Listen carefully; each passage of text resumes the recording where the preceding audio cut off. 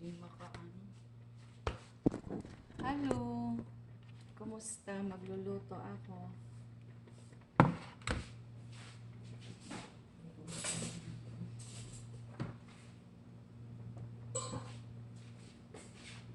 Lutong Saudia.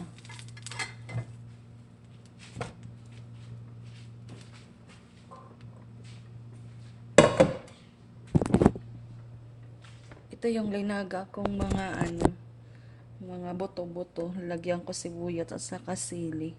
Linaga ako. Tapos lagyan ko asin. Tapos, ito na siya. Ganito kasi ang luto sa Riyadh. Mga Saudi foods. Kailangan yung ano nila dito, kanin. Lagyan mo ng may timpla na may asin. Tapos mas masarap kung may sabaw ng manok ng buto-buto. May asin. Ganito lang, may ano pa sana ito, hill. Saka ano ba yun? Yung lemon dry. Eh ayaw naman itong isa kong kapatid ng amo ko. Lalagyan pa ito ng mantika. Masarap din ito yung mantika ng sibuyas. Ang ilagay. Ganyan lang ang ano niya. Nagpansit pala ako, sardinas lang ang sahog. Ito naman, spaghetti. Lutuin ko yan ng spaghetti Chinese. Tapos ito, manok na walang buto. Binabaran ko ng ng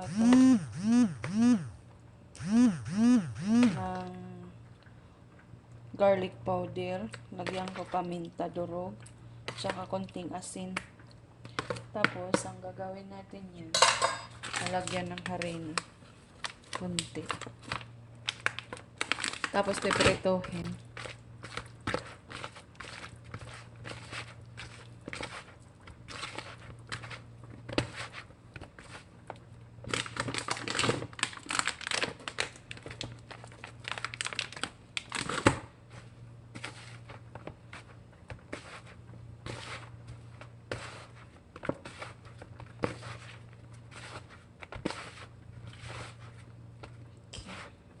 Mainit na itong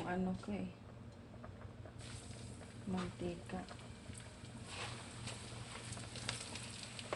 Itohin natin.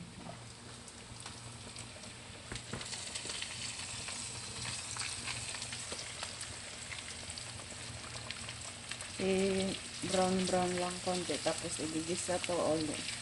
At titimplahan.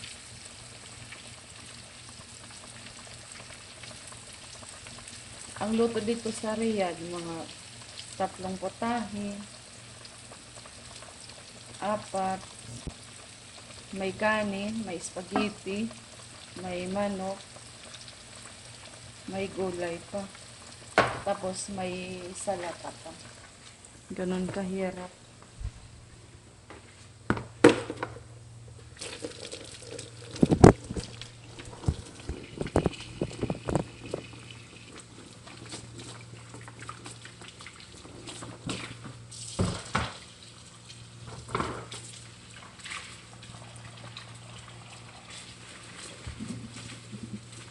Kami dito, nagluluto ako ng pagkain Pinoy. Binibilhan kami ng amo ko ng pagkain. Ulam at saka bigas.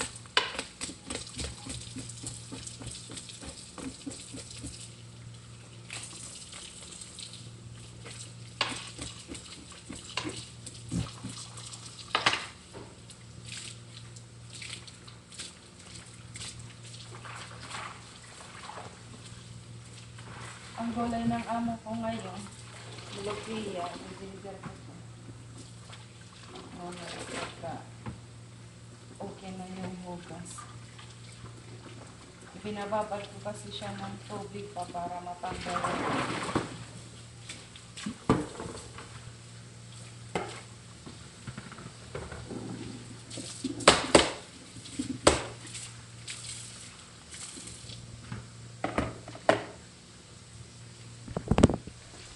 balikan natin itong kunarito ko.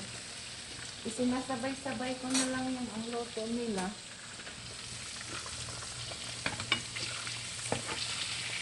Luto nila, luto namin. Habang naghahantay ng ganito, naghahantay, meron akong gagawin iba.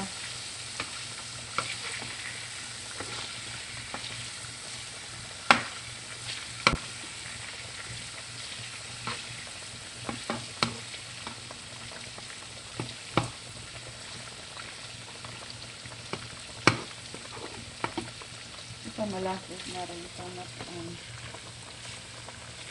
pag may baliktad ko na, maghiwa na ako sibuya. Ito na yung kanin natin. Kumukulo na. Mamaya-maya pahinaan na natin. Ganyan lang ang tubig, hindi madami. Yung bigas abukas ko, binabad ko na ng tubig ng mga kalahating oras para mawalang amoy. Kasi ang bigas dito, parang isa atin may amoy. Kaya binababad ko muna ng mga kalahating oras. Walang amo ko, kaya wala gaanong laman ang rep.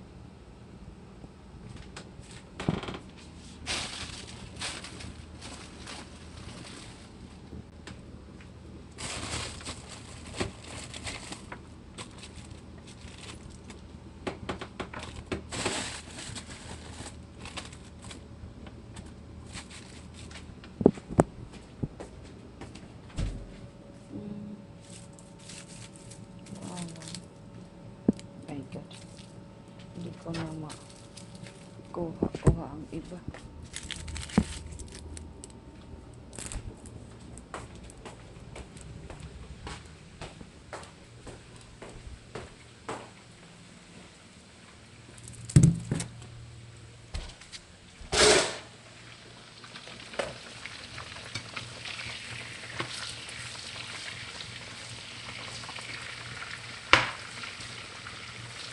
Konti na lang matapos.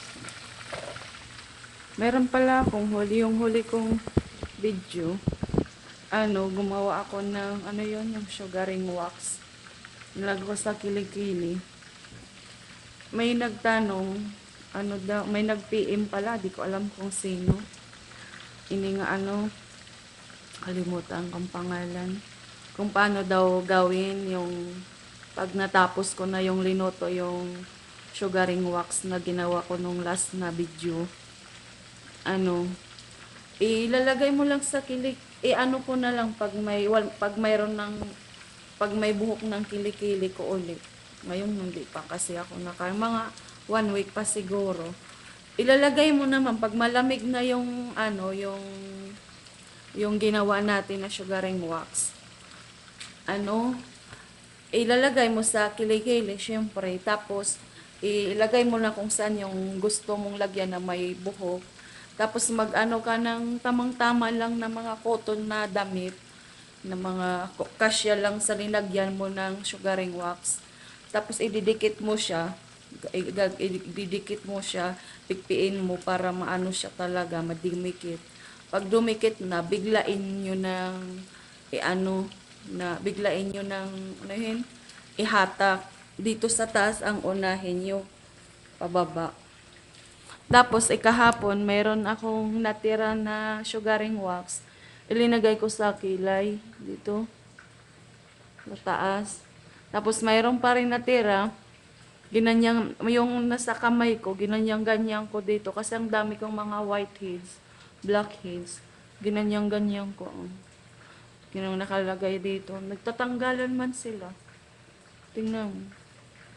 Kahapon ko to ginawa. Kaya next time gagawin ko na. Nahiya kasi ako magpakita ng kilikili kasi maitim. Kaya ang inano ko na lang kung paano gumawa ng sugaring wax. Ito yung isang ganitong asukal, isang ganitong tubig, at saka isang lemon. Halos mga ganito tapos lulutuin nyo lang hanggang makita nyo naman na parang matigas-tigas na halos na. Halos mamuumo konti na. Ayun na. Palamigin nyo lang. Tapos, doon na nyo ilagay. Sa kilikili, kilay, sa mga whiteheads nyo. Ito okay na. Ito brown na siya.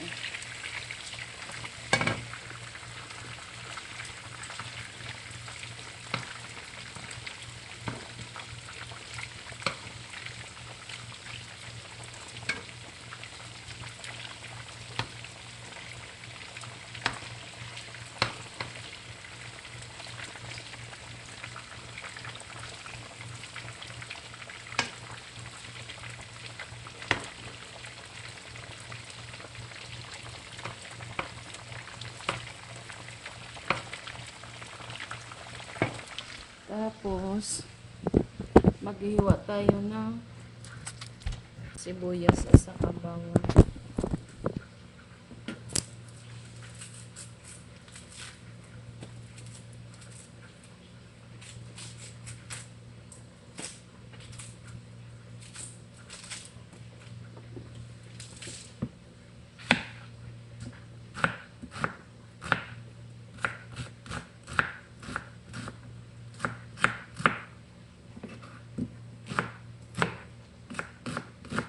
Hindi kasi ako nag-gloves.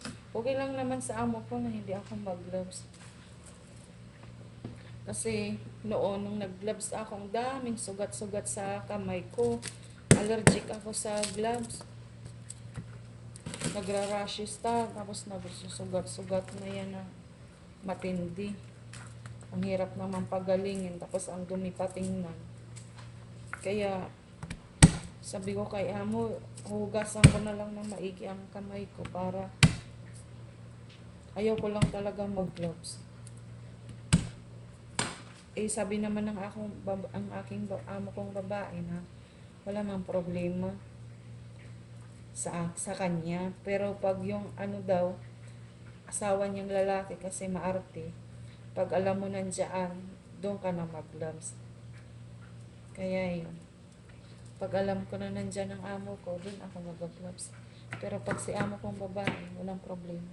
Kasi alam niya din yung ano ko noon yung mga sugat-sugat.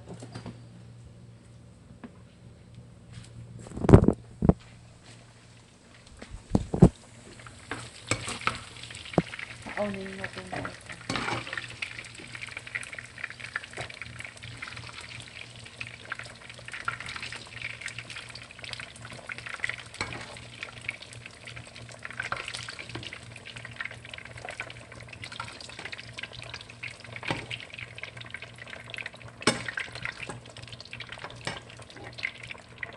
Dito natin ipipreso. Ang daming mantika, ilagay na lang natin dito. Prito.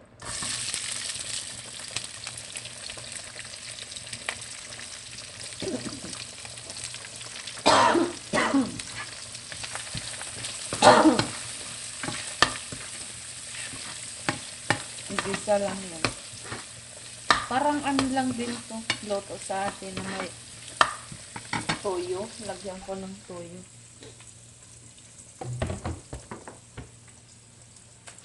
Saka Indofod. Tsaka lagyan ko ng dry sili. Tsaka pamintang durog. Ganun lang siya. Ang tawag ng amo ko nito, Rijad's Sini. Rijad's Sini, Rijad's, oo. Ito na yung tinimplahan natin kanina. Minarinate ko ng paminta, garlic powder, konting asin, at saka rinagyan ko ng harina, pinirito. Tapos ito, ilagay natin na dito sa sibuyas. Bawang.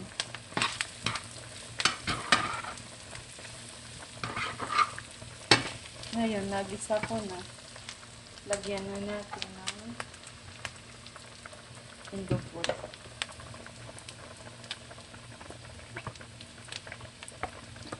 Ano ito pala? Product ito ng Indonesia. Indofod.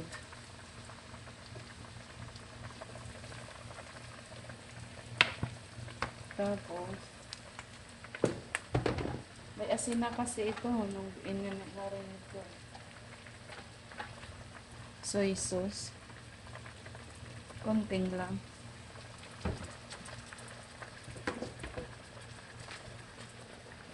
Tapos, black pepper powder.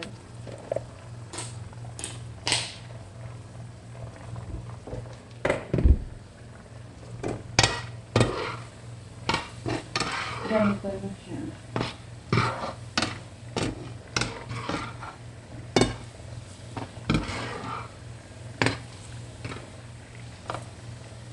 Lagyan natin ng konting tubig.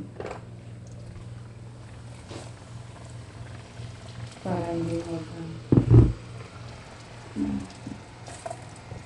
Konti na pala ito ng dry sila.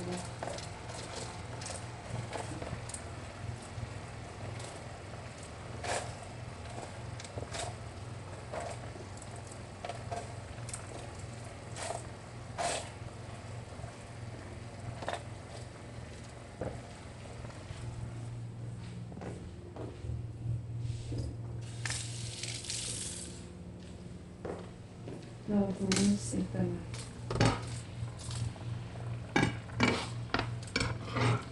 Ganito lang siya, guys. Hanggang wala na tuyo-tuyo konti na yung mawala ng tubig. Pwede na siya kasi naprito naman na. Ganun lang yan siya. Paborito yan ng mga alaga ko eh. Ito, luto na rin ang kanin natin. Makaroon na lang din. Lutuin ko. Itong makaroon na, ang luto, parang pansit sa atin. Ganyan lang siya. Parang ganito din, isa ko lang, lagyan ko rin ng parang paminta, powder, po, soy sauce. Tapos lagyan ko lang, paanghangin ko lang, lagyan ko lang ng sale. Ganun lang siya. Ito yung kanin namin. Ano, may amot. Bakit may amot? Tagal kasi ng kanin dito, hindi nakakain. Mga diet kasi. Ano ka, may amot na. Pero di pa naman siya, guys. Pero may amot siya. Tapos, ano ko na lang sa usap.